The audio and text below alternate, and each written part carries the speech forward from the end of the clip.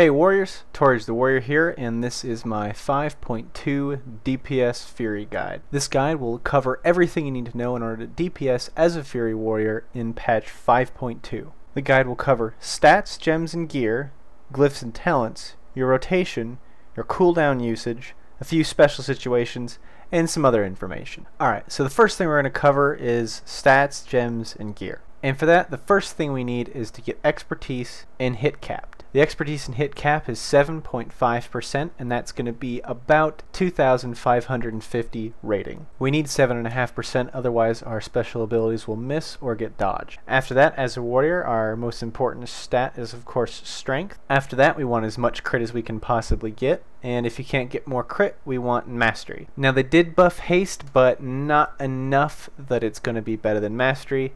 However, it is still better than it was before.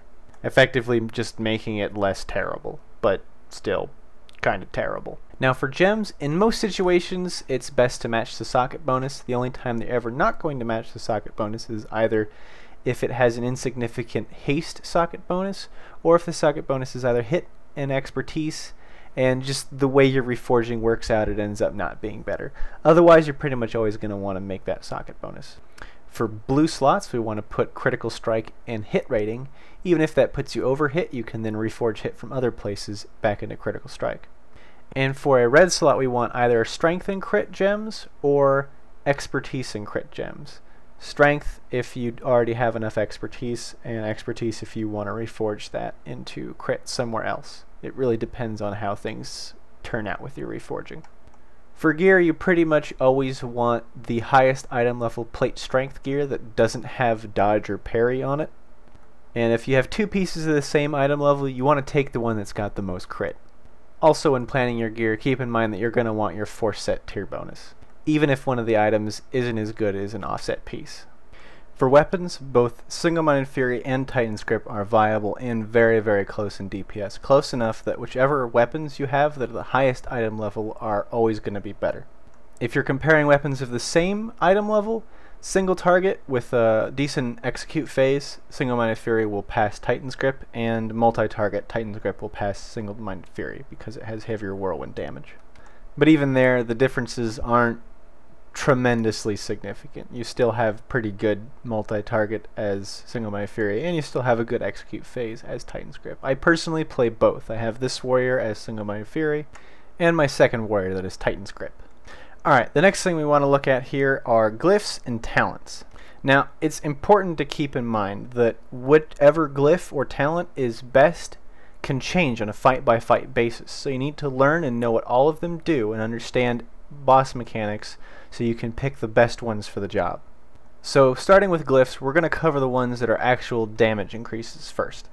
Unending Rage increases your maximum rage by 20, which lets you pull up more rage for Colossus Smash so you can dump more heroic strikes. I personally find myself taking this glyph in every single situation, not only for the extra rage pooling, but because rage capping is wasted rage, and this gives you more of a buffer zone. Another glyph that's a must for multi-target is Glyph of Raging Wind, and it just lets your Raging Blow hits increase the damage of your next Whirlwind by 10%, and seeing as how when there's more than one target, you're going to Whirlwind, so you can use Meat Cleaver to Raging Blow and hit more than one target, you're going to be using both of those back and forth a whole bunch anyway, so if there's two or more targets, Glyph of Raging Wind is a big damage increase. If used properly, it's actually even a damage increase single target as well.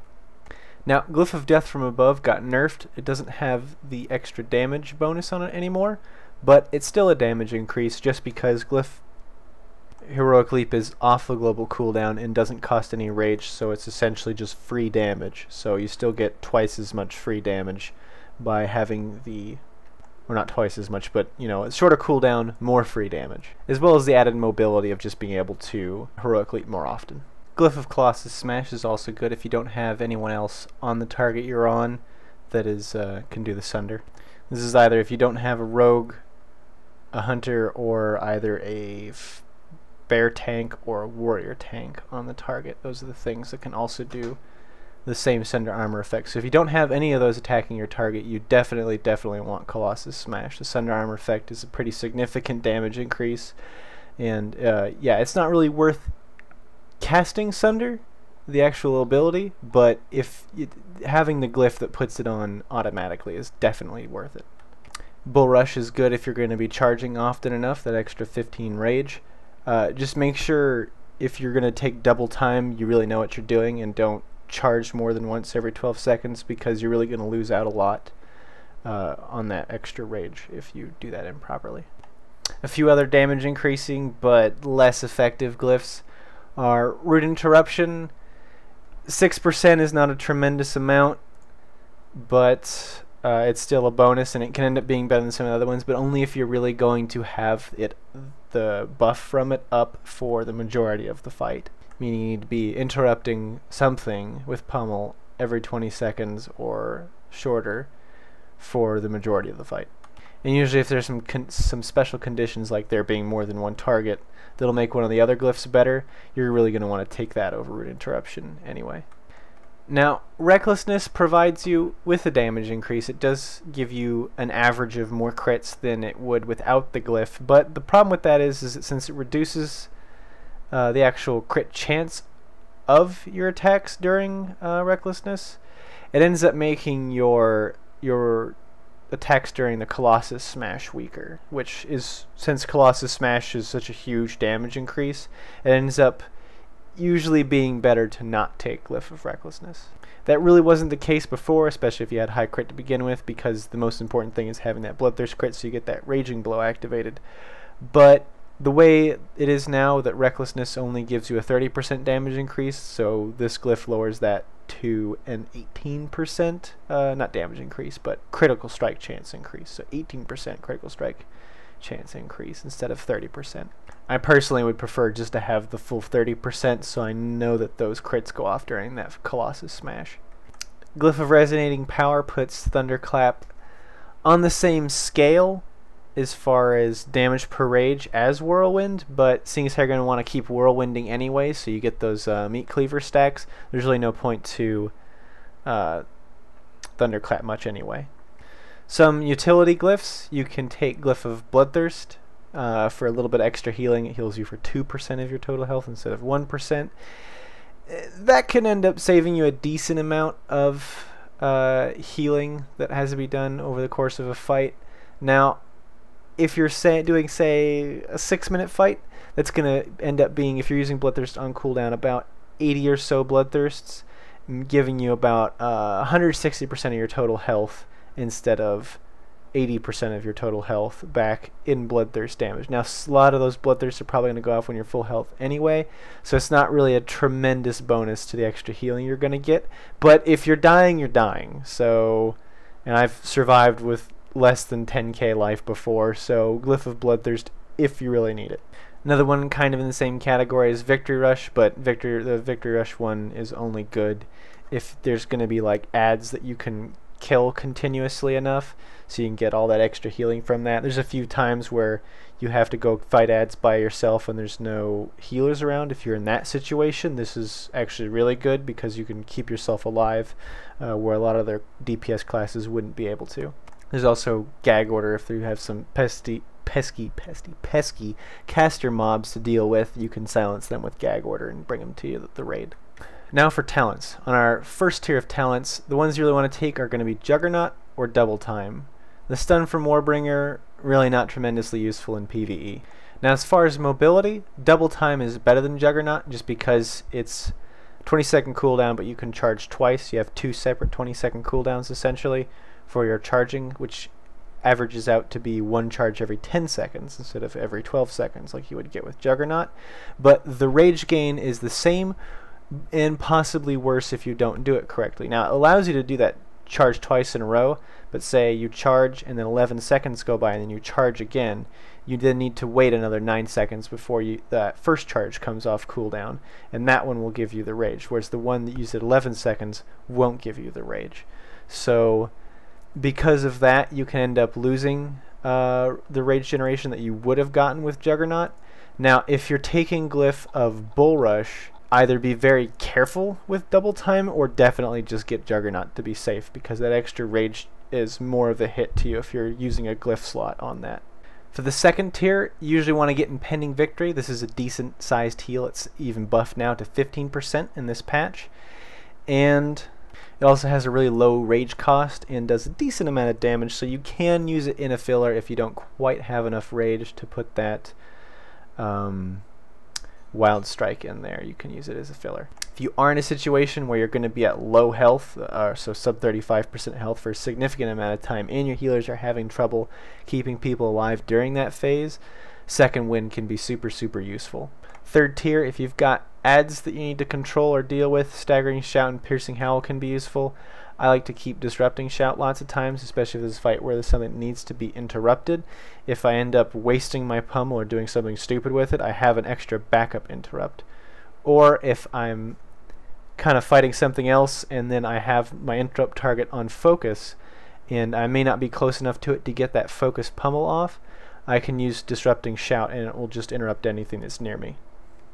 For the fourth tier, Shockwave and Dragon Roar have pretty similar damage outputs. The only difference being is that to get the same damage you need to use up more global cooldowns for Shockwave, and that is also considering that you're hitting more than one target with it.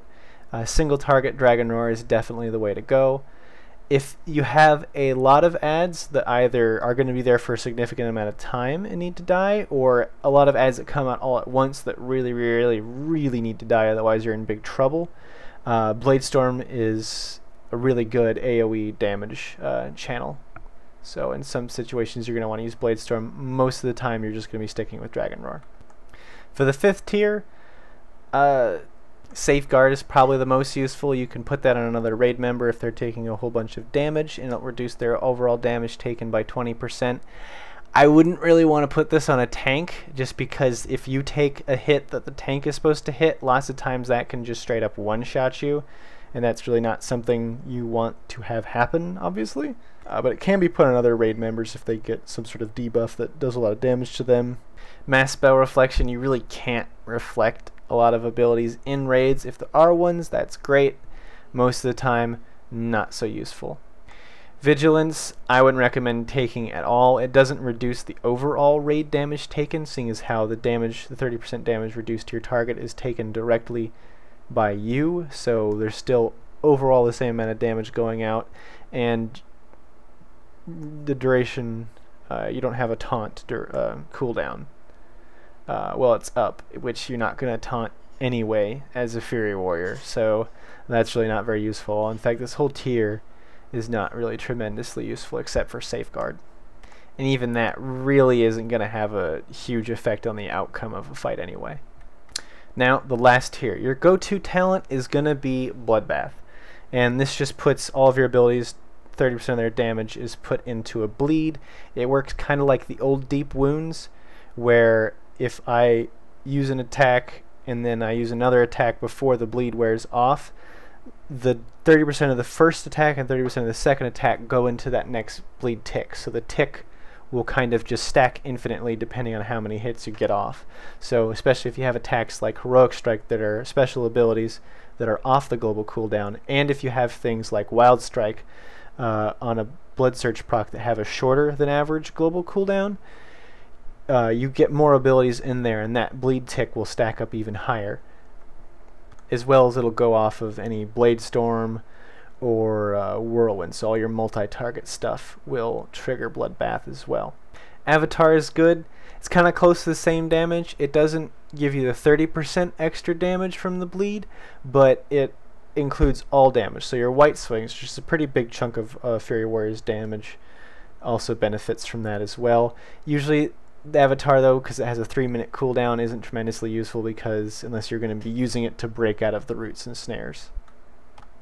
Stormbolt, damage-wise, is actually really close to Bloodbath, but just because it's on a 30-second cooldown, it doesn't line up with your Colossus Smash, and seeing that it is just a straight-up physical ability, it benefits from Colossus Smash. You're only going to be able to get the bonus from that every other Stormbolt, unless you want to either hold back your Stormbolt or hold back your Colossus Smash, and it should end up being a bigger damage loss anyway. That, and for every minute you're going to take 2 global cooldowns throwing a Stormbolt, whereas Bloodbath is actually off the global cooldown, so the global cooldown cost of Bloodbath is way lower. Next is your rotation, or more accurately, your priorities, and as I usually call it, your combos, but that also might have to do with an obsession that's probably unhealthy for a certain fighting game that I have. Alright, so let's build this priority system from the ground up. Your first priority is going to be Bloodthirst. Bloodthirst is the Fury Warrior's signature move and does damage scaling off of weapon damage. It's not your highest damage attack, but it's the first in the priority because of the other things that it does. Now, Bloodthirst has double the normal chance to be a critical strike, so take the critical strike from your character sheet and double that, and that's the chance that Bloodthirst has to be a critical strike. Also, when Bloodthirst crits, it's one of the abilities that triggers an Enrage when it crits, and as a Fury Warrior you get extra bonus from Enrage as your mastery. Also, when you become Enraged, it activates Raging Blow, which is your hardest hitting ability. Also, on top of that, Bloodthirst generates 10 rage instead of costing you rage. So when you're out of rage, you can still use it and gain rage enough to use your next ability. So that puts Bloodthirst at the top of your priority, and you're going to be hitting it every 4.5 seconds. Because the game has a 1.5 second global cooldown, that means you're going to be able to fit 2 other abilities in between Bloodthirsts. Next in our priority is Colossus Smash. Colossus Smash does a little bit more damage than your Bloodthirst, but not quite as much as your Raging Blow, but it's above it in the priority system because of its secondary effects, which allows you to bypass 100% of your target's armor for 6 seconds. Next in your priority is Raging Blow, which deals a large percentage of weapon damage from both weapons, but it can only be used when you become enraged. Now if we take a quick look at Enraged, we'll see that it's triggered off of our Colossus Smash and Bloodthirst critical strikes. And that's part of the reason why those two abilities come before Raging Blow in the priority list, even though Raging Blow does more damage. And another reason for that is because since Colossus Smash gives you that armor reduction, you want to have that armor reduction up while you're doing the most damage, so you get the most benefit from it. So you always want to hit that Colossus Smash before your Raging Blows. It's also very important to note that you can hold 2 charges of Raging Blow at a time. So if you've already got a Raging Blow charge and you get enraged again, you'll just have 2 charges. So if you have a Bloodthirst and a Colossus Smash up and you want to use them beforehand and they both crit, both giving you enrages, you'll then have 2 charges, so you don't have to worry about missing a Raging Blow proc. After Raging Blow is Wild Strike. Wild Strike is an attack that has no cooldown, but it only hits with your offhand even though it has a high percentage of weapon damage, and it costs 30 rage. Because Wild Strike is so expensive, you really don't want to use it unless you already have high rage or you're under Colossus Smash, and the reason for that is saving up rage for Colossus Smash. However, it's important to note that Blood Surge lets your Bloodthirst hits give you a 20% chance of making your next 3 Wild Strikes free, and it reduces their global cooldown to 1 second. Instead, this allows you to get 3 Wild Strikes in between Bloodthirsts instead of 2 other regular attacks, and since they're free, it's always going to be the best choice. Unless we have 2 Raging Blow procs. So you're going to Bloodthirst, use your 2 Raging Blow procs, Bloodthirst again, and then use your 3 Wild Strikes. And now Blood Surge gives you 15 seconds to use it, so that gives you 3 whole rotations that can go by before that proc goes away. So there's some leeway there with that. Also, if you have a Colossus Smash, you're going to want to use the Bloodthirst Colossus Smash, something else, not a Wild Strike. You never want to split up your Blood Surges because that kind of wastes the whole point of them. Because even though they're on 1 second, all of your other abilities are not on 1 second. So you'll just have that half second just has to get wasted in there, and you can't string 2. You can't do one ability that's a 1.5 second and then 2 Wild Strikes. You'll end up pushing back your Bloodthirst, and that's something you never want to do. Heroic Strike is another instant attack that only has the 1.5 second global cooldown. Now, it costs 30 rage, so it costs the same amount as a Wild Strike, does a little bit less damage, but it is off your normal global cooldown, meaning it can be used simultaneously with your other abilities or in between them. Its cooldown has nothing to do with anything else other than cleave. Now, because it's so expensive, but lets you hit with other abilities at the same time, that means that you're going to want to save your rage up for Colossus Smash. And when you use Colossus Smash, you're going to use your whole rotation, but you're going to use that stocked up rage to burn off a whole bunch of Heroic Strikes during that Colossus Smash as well, to get as much damage in under the armor reduction as you can.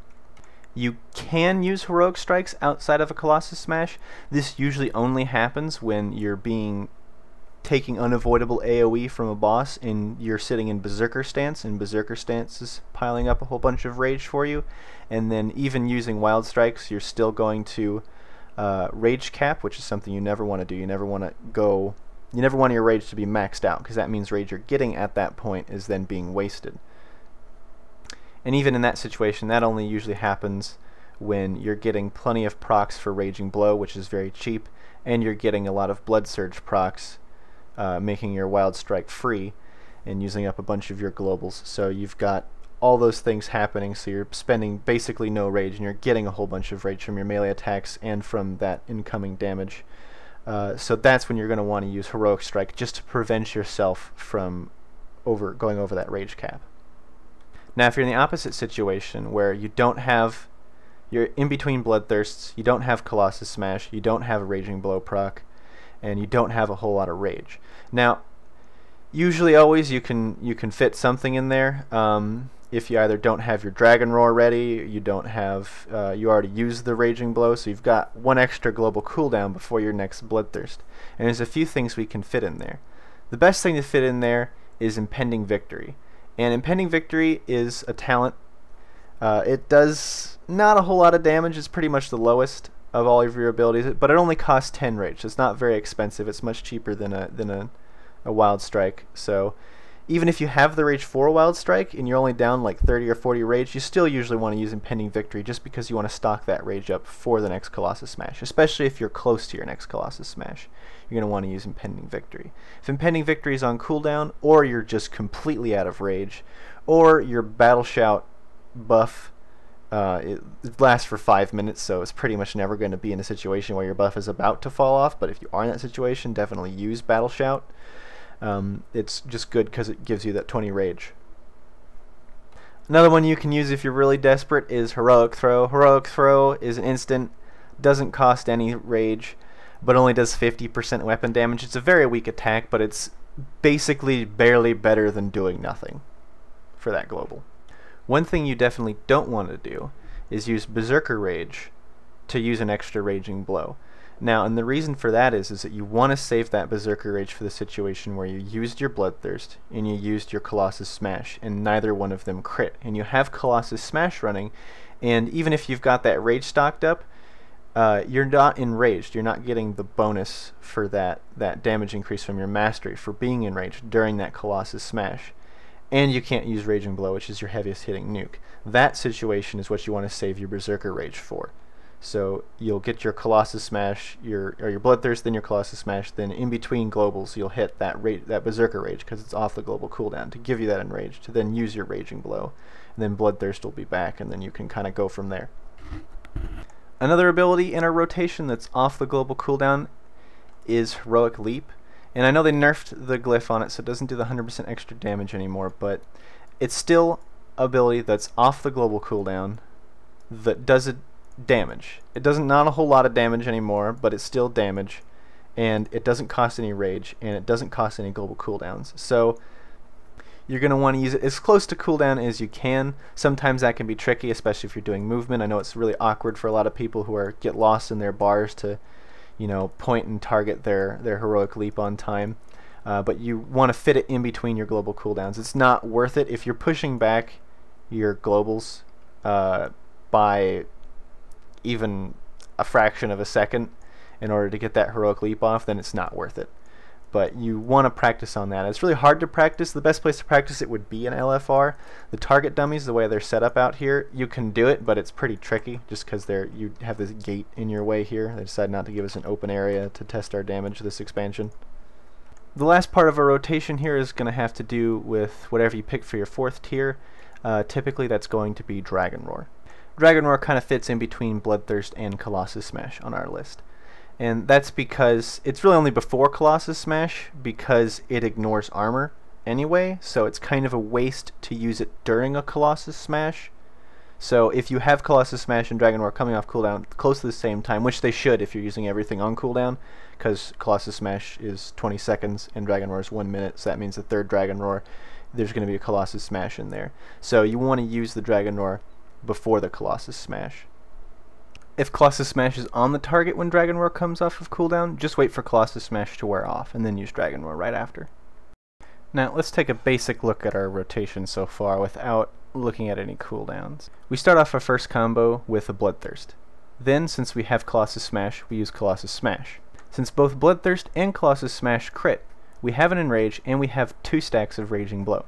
So we use Raging Blow to finish up the first combo. Even though we have another Raging Blow charge, Bloodthirst is off of cooldown, so we go ahead and we start our next combo with another Bloodthirst.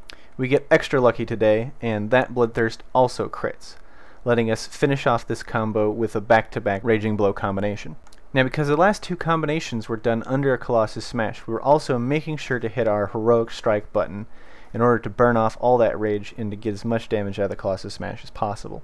I use Bloodthirst again to start off the 3rd combination.